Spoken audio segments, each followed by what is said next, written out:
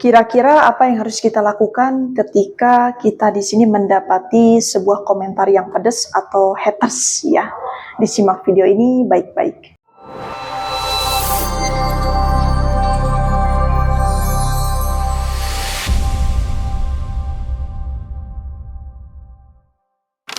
Assalamualaikum warahmatullahi wabarakatuh. Teman-teman, kembali lagi dengan saya Sansan, dan pada kesempatan video kali ini Sansan akan membahas itu tentang terkait Kak Sansan bagaimana sih cara menyikapi haters gitu kan, atau pembenci kali ya bahasanya ya. Oke teman-teman, sebelum Sansan isi lanjutkan kepada pembahasannya, alangkah jadi bagusnya disupport dulu channel ini dengan cara di like, comment, dan share, dan jangan lupa untuk di subscribe serta aktifkan tombol lonceng. Tujuannya agar apa? Agar si Sansan di sini semakin semangat konten dan berkaryanya.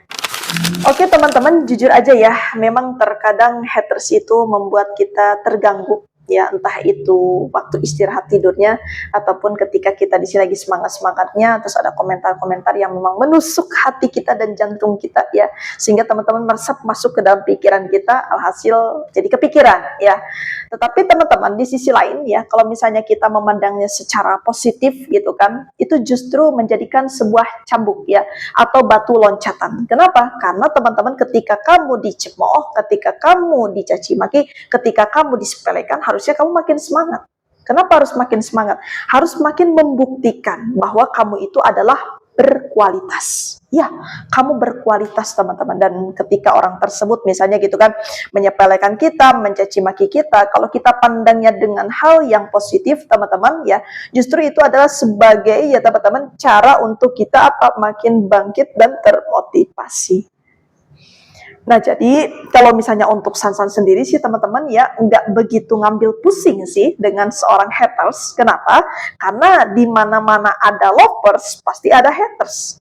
Ya, dan kalian perlu tahu, kalau misalnya konten kalian sudah diserbu oleh para pembenci, teman-teman ya, tenang aja, di balik pembenci tersebut ada di belakangnya gitu kan, orang-orang yang memang tertarik dan suka juga dengan kita, sehingga semuanya itu berdampingan. Dan perlu kalian tahu juga teman-teman ya, ketika konten kita nih sudah ada pembencinya, berarti kamu sudah mulai dikenal dan kamu sudah mulai berkualitas. Kenapa? Karena mereka tuh sebetulnya benci teman-teman karena iri. Tapi kan Kak Sansan kita nggak kenal, ya justru itu ya. Untuk kita di sini mendapati seorang pembenci itu nggak harus dari yang kenal teman-teman ya, justru kebanyakan dari yang nggak kenal juga, iya kan?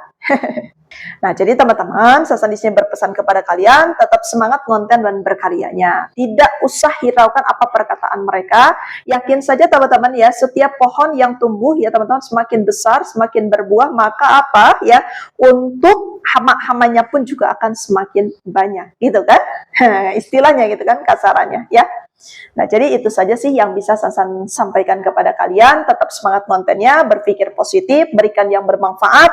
Kalaupun misalnya mereka merasakan itu kan kemanfaatan daripada konten kita yang kita berikan, ya alhamdulillah. Kalaupun misalnya mereka risih, ya biarkan saja mereka men-skipnya ya. Kalau kamu jangan balas teman-teman ya. Jangan balas sebuah keburukan dengan keburukan lagi, tapi balaslah keburukan dengan kebaikan agar suatu saat mereka justru sadar ya. Oke, sekian dari Sansan teman-teman, mohon maaf ya bila ada salah-salah kata ataupun penyampaian Sansan yang kurang. Kalau misalnya ada kritik dan saran, silahkan komentar saja. Dan kalau dirasa video ini bermanfaat, silahkan untuk bantu subscribe dan aktifkan daripada tombol loncengnya ya. Sekian dari Sansan, wassalamualaikum warahmatullahi wabarakatuh. Semoga bermanfaat, berkah.